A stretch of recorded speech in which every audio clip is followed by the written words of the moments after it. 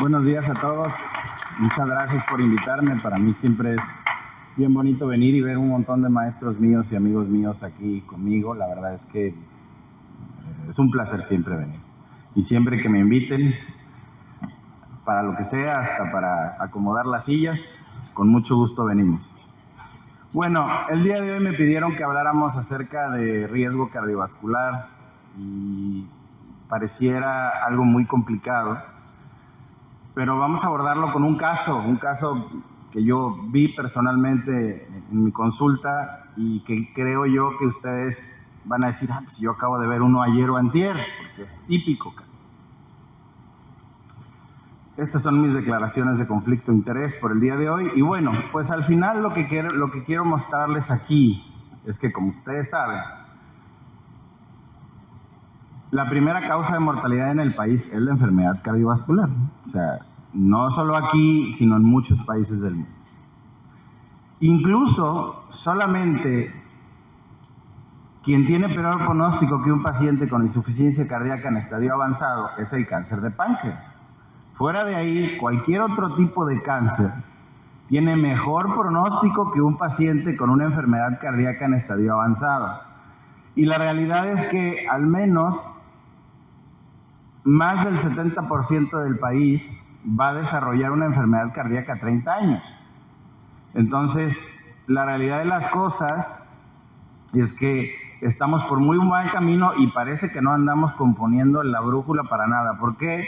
Porque en la actualización de la ENSANUD vean cómo, si bien es cierto, se ha aumentado y se ha dirigido en controlar la diabetes, en controlar la hipertensión, que seguimos fallando porque 1 de cada 3 pacientes hipertensos no está bien controlado y ni siquiera sabe que no es así, sino vean cómo la hipercolesterolemia pues va aumentando en lugar de ir disminuyendo prácticamente.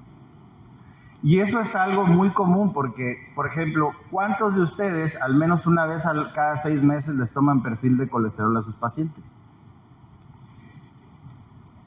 Muy bien. ¿Cuántos de ustedes ven que el paciente esté en metas de colesterol LDL?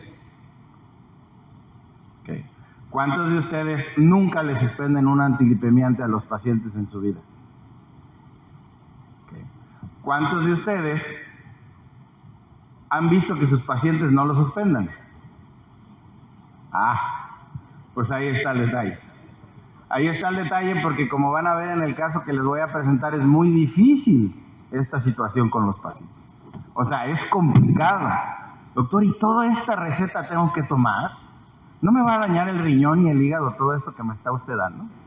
Típico, ¿no? Bueno. Así también vean cómo hemos mejorado en algunas cosas en el país según la ENSANUD. Hemos mejorado en el control de peso, hemos mejorado en el desarrollo de diabetes, pero seguimos muy mal en fomentar el ejercicio, controlar la hipertensión, y donde peor estamos es en controlar el colesterol del país. Ahí es donde peor estamos. ¿Por qué? Porque al final una cosa es que demos la solicitud semestral y otra cosa es que el paciente llegue en 6 meses con su LDL. Y cuando le aumenten la estatina, se la quiera tomar. Eso es otra cosa. O sea, porque esas son las intenciones complicadas en el país ahora. Pero sin más, les voy a presentar a mi paciente para irnos de la mano yendo qué hacer según la evidencia científica hasta la hora. Normalmente siempre que vengo a estos congresos traigo pura muchachada de pacientes, porque normalmente son los que más veo. Pero ahora sí, es un muchacho de 41 años el que tengo en la consulta, y literal, quien diga que no es un muchacho, con todo respeto, lo vamos a sacar. Es un muchacho de 41 años, hipertenso de hace 2 años en tratamiento con amlodipino y losartán, con un sobrepeso ligero, con un índice de masa corporal de 27, 3 vacunas de COVID. Él dice que nunca ha tenido COVID, pobrecito, porque pues todos hemos tenido COVID en esta fecha, pero él cree eso. Y no me voy a detener en la tribuna libre a discutir eso. Su último registro de presión, 140/95, así es. Díganme si ustedes no ven esto diario. Ok, bueno, va. Dentro de su historia interesante, pues es que resulta que 2 años antes, a sus 40 años, se infartó, tuvo un infarto anterior extenso y en un sistema de salud pública le dieron atención y le pusieron un stent coronario, hace 5 años. tiene que llamar la atención las edades. Hace 5 años le pusieron una stent en la descendente anterior, actualmente solo toma aspirina para el manejo del stent y tiene una última fracción de eyección del 46%. Su manejo: digoxina, furosemida, atorvastatina 20 miligramos, losartán, amlodipino y la aspirina. Acude por una segunda opinión porque el paciente se siente cansado y siente que no mejora. Y la última nota del Servicio de Atención Pública dice que el paciente está en clase funcional 1. Yo lo dudo mucho. Porque el problema cuando estamos en la consulta es ¿cómo se siente bien? Clase funcional 1.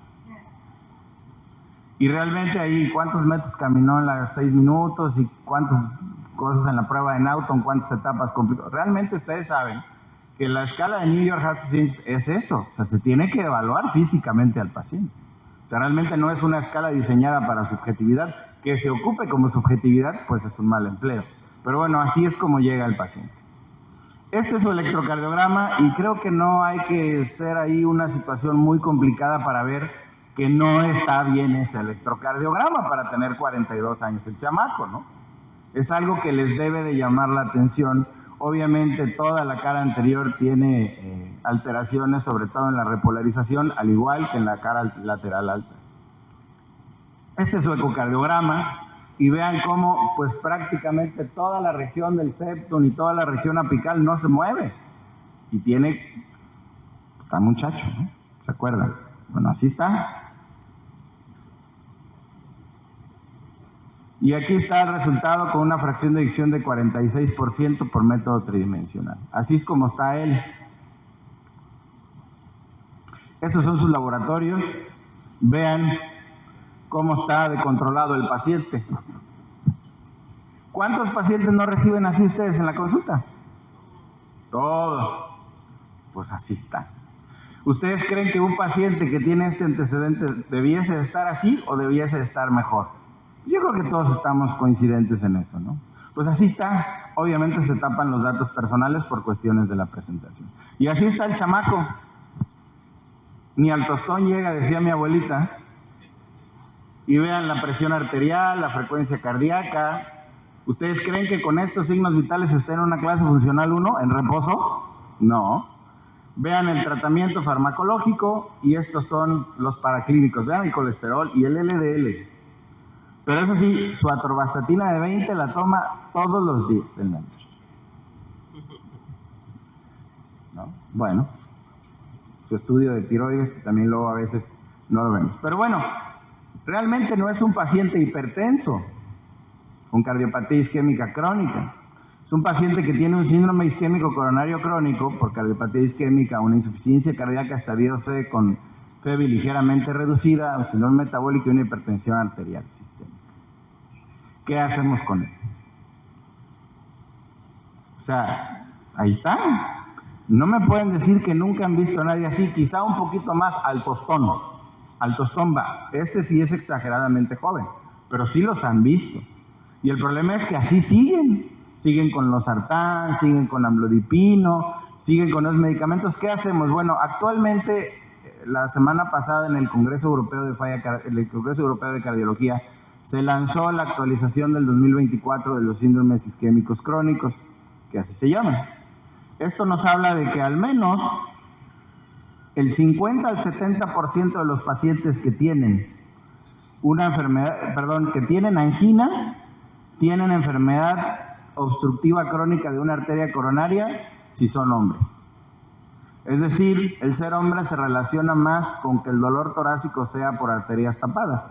Si son damas, es entre el 30 y el 50%.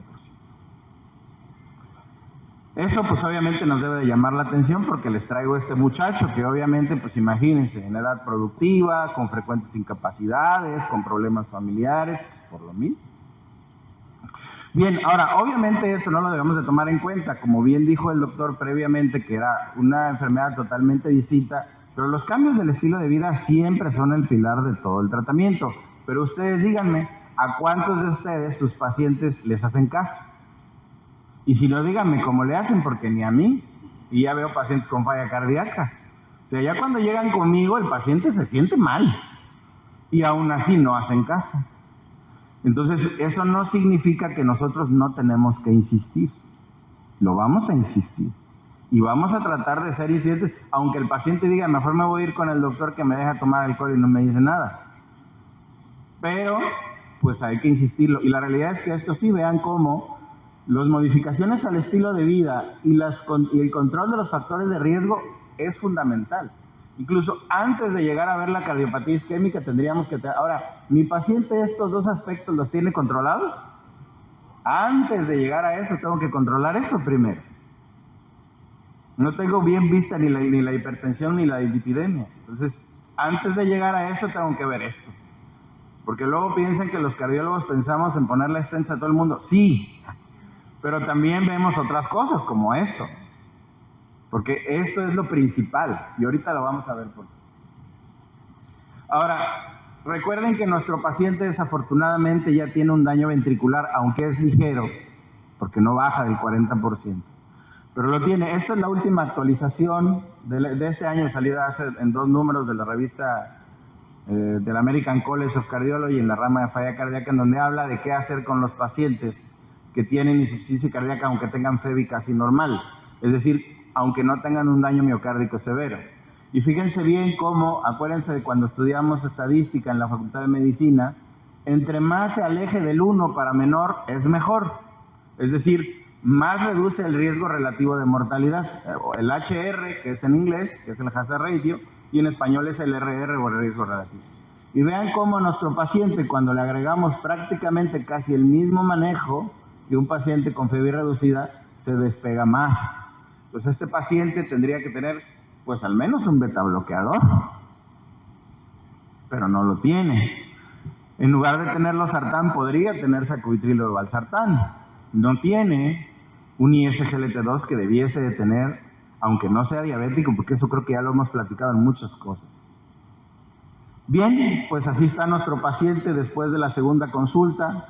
Este es el tratamiento, vean aquí cómo está ya titulado los medicamentos, obviamente además de la aspirina para el riesgo de prevención secundaria.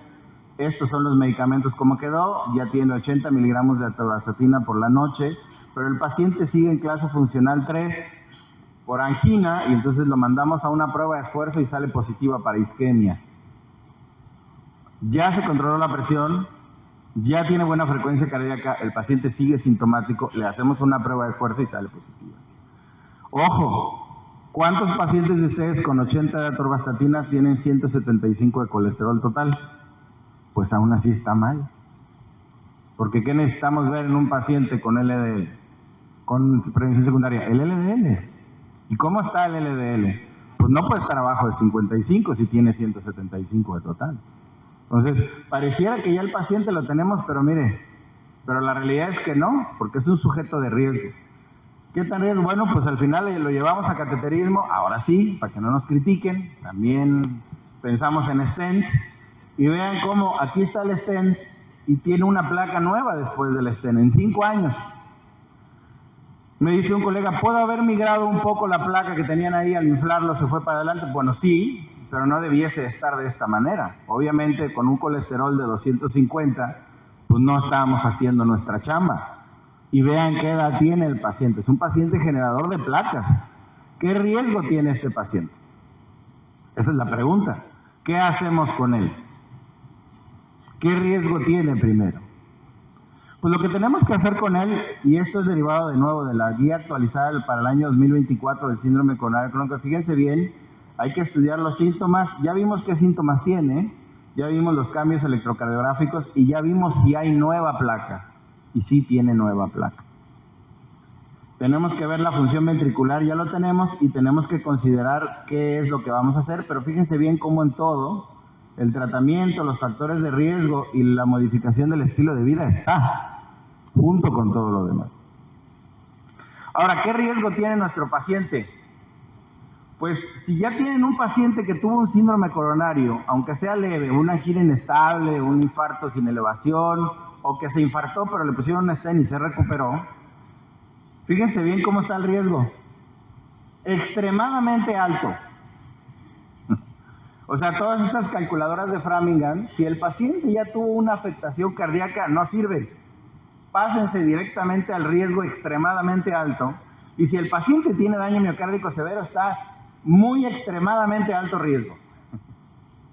Entonces, obviamente, ya nuestro paciente está en un extremado alto riesgo y pues creo que es de llamar la atención. Entonces, ¿qué vamos a hacer con él? ¿Qué debemos hacer? ¿Qué dice la guía actualizada de los síndromes coronarios crónicos? Dice, si el paciente tiene FEBI arriba de 35%, que nuestro paciente tenía arriba de 40, cerca de 40 y tantos %, se recomienda revascularización. Pues tenemos que revascularizarle esa arteria descendente anterior. Pero imagínense que nuestro paciente tuviera una fracción de eyección abajo del 40 y un daño miocárdico severo. Y esto es un grado de recomendación 1, o sea, está en verdecito.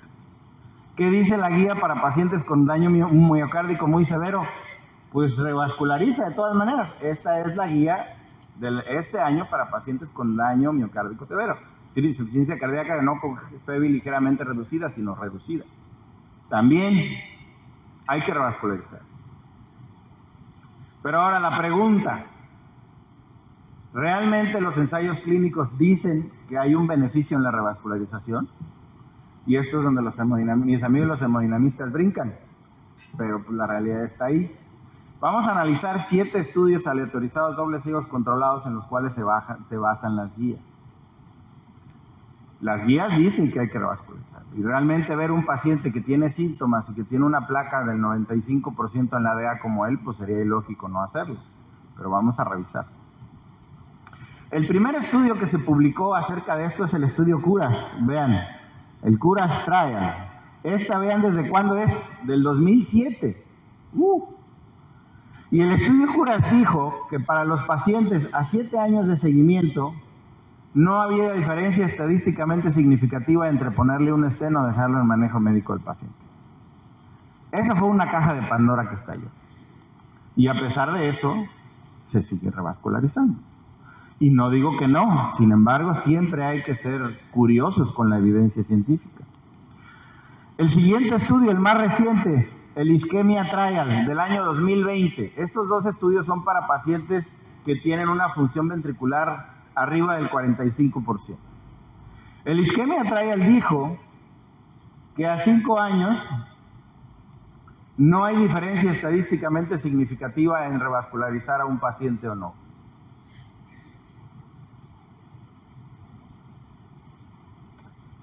Vamos acercándonos a los pacientes que tienen cierto grado de daño miocárdico. Este es el estudio Stitch, publicado en el año 2011. El estudio Stitch dijo lo que muchas personas decíamos. Bueno, si ya tiene daño miocárdico, hazle un estudio de viabilidad. Y si el estudio dice que hay viabilidad, revascularízalo. Si no, no lo revascularices. Y el estudio Stitch dijo que no había diferencia estadísticamente significativa en hacerle una revascularización quirúrgica a un paciente que dejarlo en tratamiento médico. Así, ese mismo silencio hay en los foros de cardio, no se crean. Ahora, 12 años después del Stitch, para el año 2022-2023 se presentó el estudio Stitches, ya con más seguimiento de los pacientes, publicado en el 2016, pero juntando ya 11 años de seguimiento, y dijo que en los pacientes jóvenes con enfermedad del tronco y de la DA, sí modificaba la mortalidad y las hospitalizaciones, a diferencia de dejarlos en manejo médico. ¿Qué es lo que pasa aquí? Recuerden que desafortunadamente los ensayos clínicos tienen una variable de tiempo. Solamente ven 3, 4, 5, máximo 6 años. Cuando hacen un estudio largo como este, a 11 años, entonces, y es lógico, si uno tiene una enfermedad del tronco, de la DA, pues no es lo mismo que tener una rama secundaria de la circunfleja o de la coronaria derecha. O sea, el impacto que tiene en la función cardíaca no es la misma. Bien, este es un estudio realizado en pacientes con enfermedad, con insuficiencia cardíaca, que se hacía lo que decíamos, vamos a hacerle un estudio de viabilidad y si hay tejido viable lo revascularizo y si ya hay cicatriz, pues ya no le abro nada. Y en usaron el PET, que es uno de los estudios buenos. Y vean, no hubo diferencia estadísticamente significativa entre hacer PET y revascularizar que no revascularizar. Otro. Este es el estudio HART. El estudio HART es pacientes con daño miocárdico severo para revascularizar al paciente. No hubo diferencia estadísticamente significativa entre revascularizar a un paciente con daño miocárdico severo y sí hacerlo. Y bueno, este es el último estudio que hay actualmente, ¿verdad? Este estudio se llama el REVIVE-BIC52. Este estudio, que es publicado hace aproximadamente 24 meses en el New England, analizó a los pacientes que tienen un daño miocárdico severo, es decir, menos de 35% de contracción, entre revascularizarlos y no revascularizarlos. Y no hubo diferencia estadísticamente significativa a 8 años en hacerlo. Lo que sí es que el Kansas City Score para calidad de vida sí mejoró en los pacientes que se revascularizaban. Y este es el análisis, vean, el Stitch, el HART, el REVIVE, todos.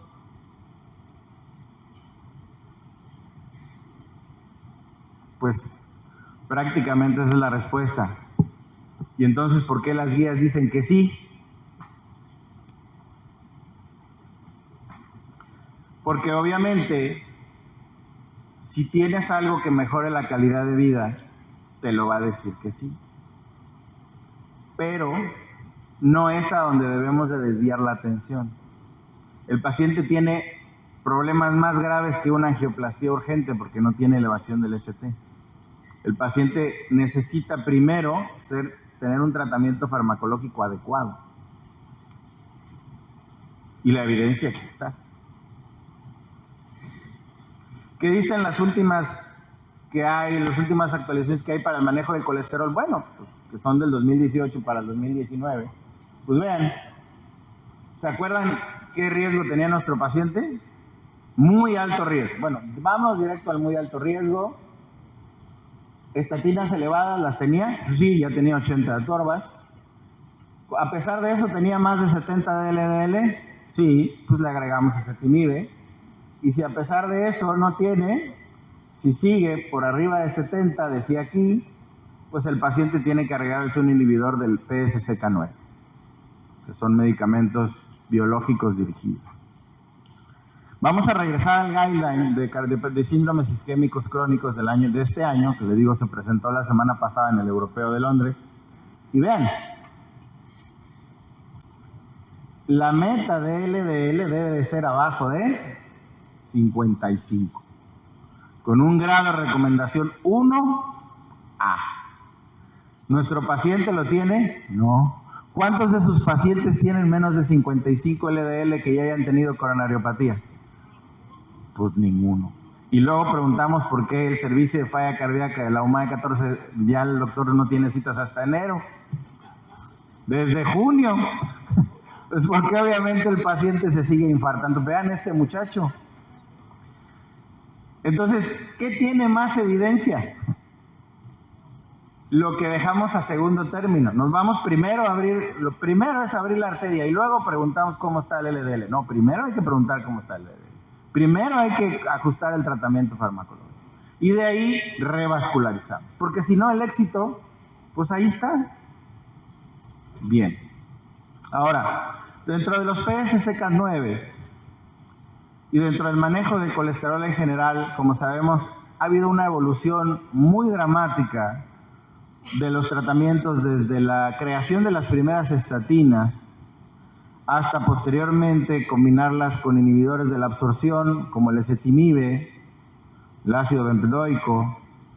Pero la realidad es que actualmente la tendencia, ¿cuál es la tendencia de la hipertensión arterial? ¿La monodosis o la dosis cada 8 horas? Es decir, la dosis, cuando tenemos un paciente hipertenso, ¿qué es mejor dar? ¿Una sola tableta al día o dar cada 8 horas el medicamento? Una, ¿por qué? Porque mejora ¿qué? La adherencia. Entonces, obviamente, entre más posterguemos el dar un medicamento, pues es más probable que el paciente tenga mejor apego. Y hacia allí va la terapia. En cuanto más tengamos que darle tabletas o más tengamos que dar medicamento a un paciente, lo más probable es que no lo ocupe. Y actualmente lo que se va a desarrollar es anual o una terapia génica de por vida, pero actualmente lo que se tiene además de diario es los inhibidores PCSK9 que hay quincenal, y actualmente lo que más se tiene son los inhibidores semestrales, es decir, una sola inyección cada 6 meses y se acabó, como en el caso del inclisiran. El inclisiran es un medicamento que trabaja, cuando ustedes empezaron a ver inhibidores del PCSK9, lo que hacían era bloquear el inhibidor de PCSK9. Por eso cada 15 días tenían que inyectar un medicamento para mantener bloqueados los receptores. Pero ¿qué pasaría si ustedes usaran una terapia génica con un vehículo de virus gripal y entrara a la célula y reprogramara la célula para ya no producir receptores del PCSK9? Debido a esto, por eso cada 6 meses que hay una mitosis celular hepática, es cuando tenemos que reforzar el medicamento, y no cada 15 días y no diario. El medicamento, debido a este mecanismo de acción, hace que no bloquea, sino hace que la célula no produzca receptores. Y por ello, cuando nosotros analizamos toda la historia, vemos que a partir del año 2016 se tienen todos los estudios Orión, que los estudios Orión básicamente lo que probaron fue la efectividad del medicamento. Y actualmente se sabe que el medicamento baja entre el 50 y el 80% del LDL a 30 días. Entonces, es por eso que actualmente es de los medicamentos que más produce apego y que más respuesta adecuada presenta. Vean en esta lámina cómo los pacientes que ameritan tener menos de 55, que tienen más de 55 DLL, llegan hasta más de normalmente llegan solamente a una pérdida del 50%, es decir, realmente ninguna estatina hace que si tienes 300 te baja el colesterol a 150. O sea, eso es imposible. Sin embargo, el medicamento sí tiene la tasa en la cual hace que baje al menos más del 50% del colesterol LDL. ¿Cómo se ocupa? Bueno, se da una dosis, viene en un vehículo de Hypak de 1 mililitro que se pone subcutáneo, se tiene que aplicar un reforzamiento a los 3 meses por la programación celular que les platicaba yo, y de ahí cada 6 meses. Es decir, los pacientes les encanta porque pues cada 6 meses se pone nada más. Y vean cómo al menos tiene una eficacia comprobada del 52% de reducción del LDL. Este es un aterrizaje de los ensayos Orión 9, 10 y 11. Y vean cómo, a pesar de pasar 18 meses, cómo el medicamento persiste bajando entre el 52 y el 55 directo del LDL y de la ApoB, que eso es otra cosa que también se nos olvida. Pero vean cómo realmente hasta ahora no teníamos un medicamento que bajara el 55% de LDL, o sea, le da un corte a la mitad de lo que tienen los pacientes. Y ha sido consistente en el Orión 9, 10 y 11. Y entonces cuando analizamos de nuevo la guía 2024 para el síndrome isquémico crónico, vemos cómo obviamente recomiendan una dosis fija de terapia combinada. Pero bueno, vean aquí la mnemotecnia que dicen: dieta adecuada, ejercicio, llegar al peso adecuado, dejar de fumar, control del colesterol y de la presión arterial, disminuir o controlar el consumo de alcohol y ir a una clínica del manejo del estrés, que yo lo veo muy complicado. Pero vean cómo dentro de las proyecciones que tiene y de los grandes diagramas, ninguno está la revascularización primero. Porque si el paciente, ¿cuánto tiempo tiene que lo revascularizamos? ¿Y cómo está? ¿Por qué? Porque no vimos lo que teníamos que ver. Alguien llegó, lo vio tapado, le puso un stent, le dijo, tomes eso y váyase. Ya está ahí. Sin embargo, ese no es el propósito y por eso el fracaso. Pero bueno, entonces, ¿qué hacemos con el paciente? Fíjense bien cómo la terapia que sabemos que sí funciona es la que le ponemos atención en segundo término y la que sí está, sí está recomendada en el guideline, pero realmente la evidencia es debatible. Es la que le damos prioridad y por eso yo creo que estamos fallando como sistema de salud. Porque la prevención secundaria la dejamos después de poner stents y eso no. Primero va eso y luego ponemos el stent. Y bien, este es el caso como lo tenemos ahorita. Este es un mes después de haber colocado. Se le aplicó el stent a la DA por guideline, le pusimos sus medicamentos, se agregó ezetimibe, se agregó tiene ticagrelor como monoterapia por el stent, que obviamente saben que se puede usar en conjunto con aspirina o no. Esto tiene un mes y el colesterol de LDL está ahí, de un laboratorio de aquí.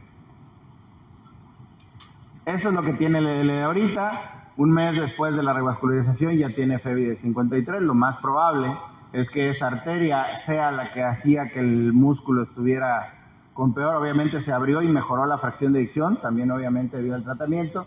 Y ahora sí tiene una prueba de esfuerzo negativa para isquemia en clase funcional 1. Oiga, doctor, pero ¿dieron Atorva y el inclisiran juntos? Sí, así es. Sí, porque las estatinas no pueden ser removidas. No por el hecho de que ya el colesterol esté en meta, sino porque los pacientes que tuvieron daño miocárdico por efectos de estatinas pleiotrópicas, todo deben de continuarse. ¿Qué faltó? ¿Realmente tuvo que pasar tanto tiempo para que viéramos al paciente? Pues no. O sea, el paciente se le puso un stent y se le mandó a su casa. Y no se le valoró bien como se debe. Y obviamente por eso el sistema de salud tiene costos tan altos, porque llegas, te ponen un stent y de ahí pues ya no hay seguimiento. Claro, muchas veces porque no hay espacio, pero vean el seguimiento del paciente. A veces damos más prioridad a cosas que no debemos de darles. Yo como cardiólogo clínico, porque yo no soy intervencionista, cuando necesito algo le hablo a un cirujano cardiovascular o un intervencionista. Pero sí es muy importante eso. El paciente ya había mejorado con los manejos médicos y después ya estaba listo para el stent, no al revés. No es poner el stent y luego ver qué te doy, no, primero te doy y luego te pongo el stent. La única manera de no hacerlo así es tener un síndrome coronario agudo, pero esa es otra historia. Si el paciente tiene elevación del ST, pues no te vas a esperar a darle pastillas, no, le abres, pero de ahí no debe de ser así. Ya para terminar, y los mensajes para llevar a casa, en los pacientes con síndrome isquémico crónico, el colesterol LDL es un marcador de riesgo, que no le hacemos caso. Revisando las optimizaciones del tratamiento, incluso la terapia farmacológica óptima tiene más evidencia que la revascularización, y actualmente los medicamentos como el inclisiran, que es una dosis semestral, hacen que el colesterol LDL baje más del 50%, y lo mantienen de esa manera, y por tanto es la mejor y la única manera de mantener a los pacientes. Yo estoy seguro que ustedes tienen muchos pacientes con estatinas altas, y no les quiero decir los que tienen que bajarle por dolores musculares, o los que tienen con rosuvastatina 40 y que empiezan a elevar la glucosa porque empeoran eso, y obviamente lo bajan, pero lo bajan y el LDL sigue estando por arriba de 55. Este tipo de opciones nos permiten esto y con una dosificación semestral. Y la pregunta es, ¿cuándo debimos de haber hecho esto? ¿Hasta que llegó conmigo? Por supuesto que no. Muchas gracias, espero que le haya parecido adecuado este caso clínico.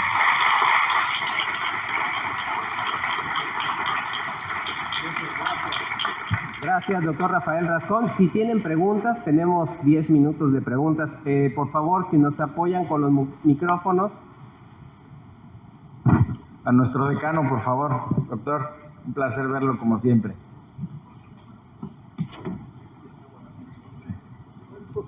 Es entre pregunta y comentario. Ya tienes el paciente, ya tiene la DA 90%. ¿Cuánto tiempo? Yo creo que debe ser mi opinión es que debe ser simultáneo. Hoy le pongo la inyección mágica barata esa que se está promoviendo, Sí, pero mañana mismo debo de colocarle el stent. sí. Porque no se vayan a llevar al concepto de que ya le puse la inyección y se puede esperar como esas gráficas donde la evolución a largo plazo es la misma Claro. con revascularización que con medicinas. Yo quisiera que viera alguien, todos saben, una descendente anterior no tiene más allá de 3 milímetros. Sí. Imagínense lo que son 3 milímetros y imagínense el 90% de obstrucción. ¿Qué luz queda? Y es verdaderamente el organismo es milagroso porque se debería de hacer un trombo todos los días y no se hace. Sí, claro. Entonces, ¿cuál es tu opinión? Que debe ser prácticamente simultáneo, ¿verdad? Al mismo tiempo. Ah, Sí. bueno. De hecho, cuando se hizo esa angiografía, ahí mismo se procedió a aplicarla. Obviamente el seguimiento por la consulta fue el que se presentó. Ahí mismo se aplicó y obviamente se agregó lo que hacía falta, que era terminar de bajar el LDL a la meta. Por aquí hay, sí, este paciente, este es un caso especial porque realmente pacientes que traigan el LDL de más de 150 y que no son muy frecuentes. Son frecuentes con el LDL alto. ¿Por qué? ¿Cuál sería la explicación científica por la que cada revisión de las guías le van bajando? Empezó en 80 el LDL, luego que en 70, ahora ya van en 55, vamos a llegar a 10. Porque epidemiológicamente los infartos y los daños miocárdicos siguen elevándose. Y como en muchos países no hay manera o sea, se sigue intentando, pero no hay manera de revascularizar más, es decir, seguimos fracasando en el tratamiento, entonces la única opción es seguir bajando el LDL, además de que también ya existen ensayos clínicos que han demostrado que el paciente con abajo de 55 tiene menos probabilidades de infartarse más pronto que el que tiene arriba de eso. Entonces la realidad es que el problema es que en sí, si no se tienen esas metas, primero era 80, como dice Lois, y 55, porque a pesar de eso, la tasa de daño miocárdico sigue aumentando. Y las únicas maneras que se ha probado es bajándolo abajo de 55. Sobre todo en este tipo de pacientes, ¿no? Eso al rato será en 40. Habría que ver, probablemente. Cuando salga el próximo del medicamento. Gracias. Gracias, doctor, por darnos. Gracias. En respuesta a lo que comentaba el doctor Gardoqui, bueno, pues si le baja 40, que se coma un chicharrón, no pasa nada. O unas picaditas jarochas. Por razones étnicas, nosotros tenemos tendencia, nuestra raza mexicana de bronce, a elevar el LDL y bajar muchísimo el HDL. Entonces va a ser un verdadero reto utilizar un medicamento de estas condiciones. Hay que entender también que no es para todos el medicamento. En primer lugar, porque no todos tienen las características que el doctor Rascón presentó en este paciente, primero. Y segundo, porque no todos tienen las características económicas para comprar un medicamento que vale casi 29,000 pesos. Es una muy buena opción, excelente.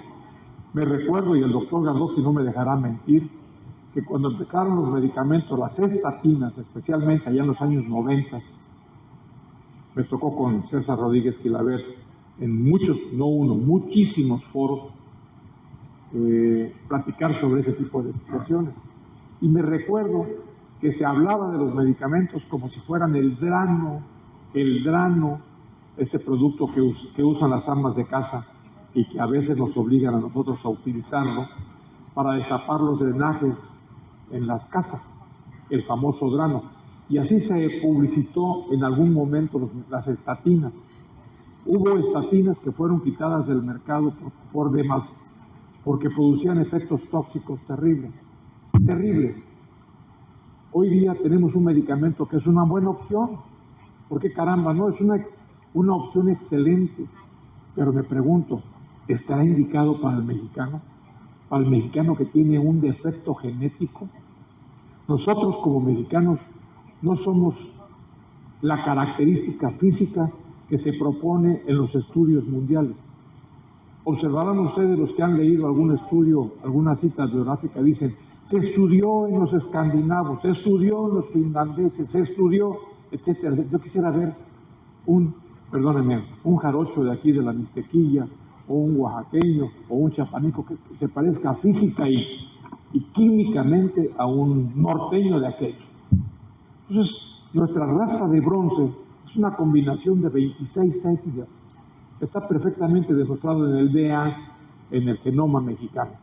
Somos 26 razas metidas en mi cuerpo, 26 chinos, japoneses, etcétera, etcétera. Y algunos de ellos nos generaron este problema de tipo genético que hoy tenemos. Yo me pregunto, como me he preguntado cada vez que sale un medicamento nuevo, alabo sus bondades, definitivamente sí. Quiero entrar yo a ese grupo porque yo tengo un problema de tipo vascular. Quiero entrar en ese grupo, pero me pregunto, ¿me servirá? ¿Será indicado para todos? Una opinión al respecto de esto, doctor. Gracias. Sí, bueno, de los estudios Orión que se presentaron, 2 fueron hechos con población mexicana, cerca de un 15-18%. Entonces, y la tasa de efectividad continuaba. Cuando se hacen estudios multicéntricos, pues sí es algo difícil que la población mexicana sobrepase el 20%, pero en 2 de los estudios Orión, cerca del 12 al 16% fueron mexicanos como tal. O sea, hubo un centro en San Luis Potosí y otro en Querétaro que ingresaron pacientes a los estudios Orión, que fueron parte de las investigaciones de los estudios Orión. Y bueno, pues a pesar de eso, pues sí se mantiene la tasa de efectividad. También la etnia es diferente. Por ejemplo, aquí es mucho, o sea, realmente a mí, digo, quizá es porque ya veo pacientes en enfermedad avanzada, pero yo es difícil que tenga un paciente con 80 estatinas y que me llegue con un LDL de 50. Para mí es difícil. Llegan con 65, con 70, y luego llegan con colesteroles totales de 150 y ya cantamos victoria. El problema es que no es eso. Hay que ver la porción de LDL y hay que ver dietéticamente mejorar el HDL también, porque eso es otra cosa. Uno quiere ver que el paciente está llevando dieta, ve el HDL que tiene. Si el HDL no ha cambiado, nada más está tomando el pelo, porque no es así. Sabemos que el HDL viene de la dieta. En otro punto, por supuesto que no es para todos, pero desafortunadamente los pacientes llegan así. Ya llegan a toro pasado. Es difícil que un paciente, bueno, al menos conmigo, llegue en otra manera. La realidad es que pocos de los pacientes reciben los 80 miligramos de atorvastatina cuando tienen que recibir. Creemos que con 40 ya la hicimos, pero eso es lo que yo le digo a mis amigos los internistas es, ¿qué opinas de un paciente que toma triple terapia para la glucosa y tiene glucosilada de 11? Pues le estás dando 40 de estatinas y tiene LDL de 80, con total de 180, pues es lo mismo, o sea, la está tomando, pero no modifica nada. Desafortunadamente es así, o sea, y la realidad es que lo único que se ha probado que disminuye los infartos es tener menos de 55 de LDL en los pacientes que ya tuvieron esto. Y en general, yo siento que este es el problema, porque el reflejo aquí lo tenemos, pues vean, o sea, si realmente esto no fuera tan frecuente de encontrar, pues la causa primera de mortalidad en el país fuera el cáncer. No es el cáncer, la enfermedad cardiovascular, ¿por qué? Pues porque no es tan infrecuente. El problema es que desafortunadamente el seguimiento luego es complicado si es privado, porque sí, o sea, es mucha inversión la que tienen que hacer los pacientes. Y en las instituciones públicas, pues no hay espacio cerca de eso. Entonces, sí, no es un medicamento que está indicado a menos de que el paciente persista con un LDL por arriba de sus metas, a pesar de tener el tratamiento estatínico elevado, o en pacientes intolerantes a las estatinas, ya sea por intolerancia a la glucosa o ya sea por dolores musculares. Pero, pues la meta sí es esa. Y sí, en población mexicana, sí, los estudios Orión incluyeron, y bueno, pues al final esos estudios persistieron con la... Doctor. Buenos días, doctor. Como siempre nos inspira mucho para hacer las cosas bien. Felicidades, doctor. Hace rato cuando usted nos hizo la pregunta, ¿cuántos de ustedes le piden el colesterol a los pacientes? Yo pensé que nos iba a preguntar, ¿cuántos de nosotros nos hacemos un chequeo cada 6 meses? Porque hay a veces que nosotros queremos presionar al paciente, pero ni nosotros mismos nos hacemos esos chequeos, ¿no? Los que somos interesados aquí casi somos médicos de otros médicos generales. ¿Quién no ha recibido un médico general con un infarto de miocardio o con un sismo coronario agudo? ni el mismo médico general sabía las metas que tenía que tener de lípidos, ni de glucosa, ni de presión, ¿no? Pero todos hemos visto a un médico general o a un colega que se nos ha muerto ahí en urgencias, ni siquiera él sabía, ¿no?, el comentario. Ahora, yo le voy a poner el caso que recibí de un muchacho de 30 años, con 1000 de triglicéridos, con un colesterol de 290, un LDL casi en 190, y fue a un chequeo conmigo y me dijo, y yo no siento nada, él hizo el electro y estaba normal, sin diabetes, sin hipertensión. En esos casos, ¿qué me aconseja usted? Porque estaría en prevención primaria, y cuando les dice uno el comentario, la prevención y todo, y me dicen, ¿y eso va a ser para toda mi vida, doctor? Pues hay que me sugiere. Sí, desafortunadamente es la mentalidad de los pacientes. O sea, aquí el paciente lo entendió y adquirió el medicamento y todo, pues porque ya se había infartado una vez y casi se infartaba otra. Entonces, desafortunadamente eso pasa, como el paciente no siente nada, no va al médico y por eso tomamos el toro pasado. Yo realmente, los triglicéridos más altos que he visto en mi vida fue en Mérida, Yucatán, 10,000 llegado por pancreatitis. Llegó con 10,000 en la residencia de medicina interna, me tocó. Y llegó con pancreatitis aguda grave, tenía 10,000 de triglicéridos. Eso también, como bien dijo el doctor, depende de muchas etnias. Los de la península de Yucatán casi siempre tienen una hipertrigliceridemia muy severa. Ahí es donde he visto las mayores. Las más altas que he visto en mi vida las he visto. Realmente él necesita toda la terapia, doctor, porque si no su vida va a ser muy breve. Ahí realmente es ser muy puntual de o lo hace, aunque usted no sepa nada, se va a morir pronto. No hay más, porque desafortunadamente cuando ya llegan conmigo y tienen daño miocárdico severo, la tasa de sobrevida de un paciente con FEBI de 30% es 50% a 5 años. Entonces, no hay que esperar a que lleguen ahí. O sea, la enfermedad más mortal del mundo es la insuficiencia cardíaca con FEBI reducida. Y por mucho que les hagas, la única manera de que se salgan de esa estadística es trasplantarlos. Y el trasplante cardíaco ocupa el 0.0001% de la población que requiere en este país. Con las gráficas de este año, porque el Ignacio Chávez está haciendo mucho trasplante. Entonces, pues desafortunadamente, digo, sé que es complicado muchas veces el costo, pero como le digo a mis residentes, digo, una cosa es ser pobre y otra cosa es no saber que existen opciones. La realidad es que todos sabemos que puede haber muchas alternativas y es bueno saberlas. Puede ser que el paciente no le alcance, bueno, pero pues no es lo mismo que vayas con el médico y te diga, mire, hay esto, digamos, no me alcanza, bueno, pues cuídese, haga dieta, tome esto, tome lo otro, pero de que vayan y no les digan que hay opciones, pues eso es un poquito más delicado. Sí, las poblaciones son muy distintas, pero la realidad es que si esto fuera tan difícil de encontrar, si estos pacientes no fueran muy comunes, entonces nuestro país no se muriera de enfermedad cardiovascular, se muriera de pues otra cosa.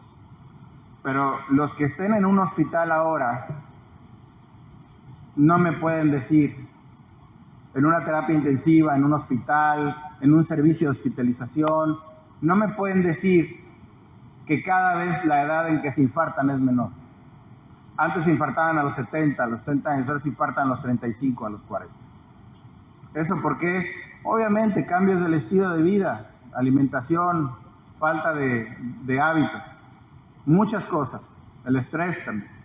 Sin embargo, por eso se está migrando a cada vez menos LDL. Por eso es cada vez más frecuente, porque la gente come peor, se estresa más, vive peor. Y eso cada vez lo vamos a ir viendo menos. A mí, yo les puedo decir, no tengo demasiada experiencia, porque no tengo demasiados años en la cardiología, tengo 14. La persona de menor edad con una revascularización con puentes a la DEA, a la circunfleja y a la derecha que menos tuve, fue de 28 años en el siglo XXI. Se le pusieron 3 puentes. Pues como esos hay muchos. El problema es que están en comunidades que ni siquiera van a hacerse un laboratorio. Y por eso ni siquiera nos enteramos por qué se murieron. Pero cuando vemos las estadísticas, vemos que por eso hay mucha mortalidad. ¿Alguna otra duda? ¿Alguna otra pregunta, doctor? Muy buenos días. Felicidades, doctor Rascón. Como siempre, una excelente presentación. Partiendo del hecho de que las enfermedades cardiovasculares son la primera causa de muerte en nuestro país, es obvio que estamos fallando falla el sistema de salud, fallan los pacientes porque no siguen el tratamiento y también fallamos los médicos.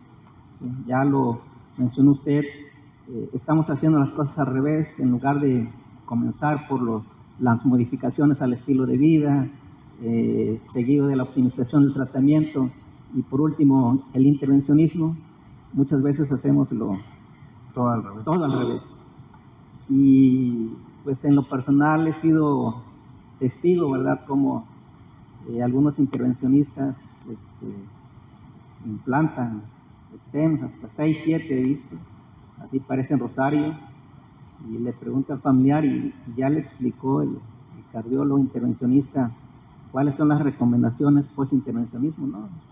Terminan y huyen. Entonces creo que estamos mal y bajo ese contexto y teniendo pues nuevas moléculas en el arsenal farmacológico y para favorecer el apego al tratamiento, pues yo lo veo bastante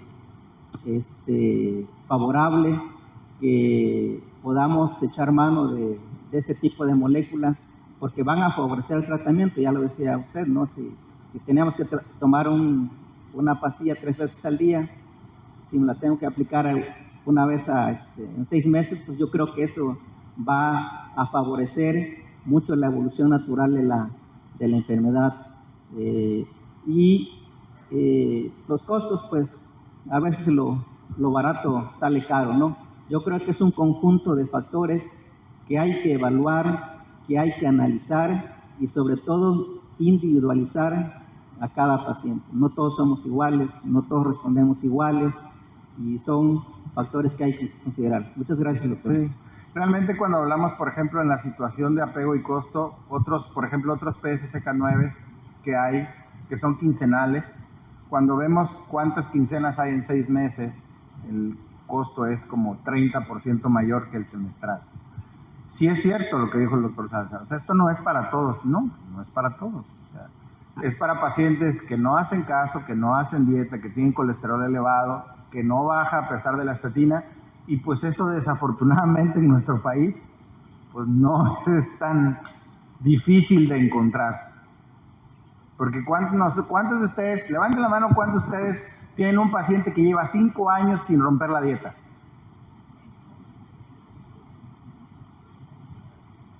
Un chicharrón, dijo el doctor, unas picaditas. Pues es imposible, un bolobán del malecón, o sea, es imposible. Entonces, la realidad es que más bien hay que mentalizar a que se cuiden de la manera. Claro, primero va eso, pero hay que aterrizar la realidad. El paciente no va a hacer caso. Por eso está la situación del país y por eso cada vez hay que bajar el LDL. Porque si así, estando en 55, el paciente no hace caso, imagínense si estuviera en 90, menos. Como decía mi abuelita, si tú le tiras al 8, sacas 6, si tú le tiras al 10, sacas 8 o 9. Así ando más o menos. Pues gracias por estar aquí, gracias por poner atención y de verdad muy amable.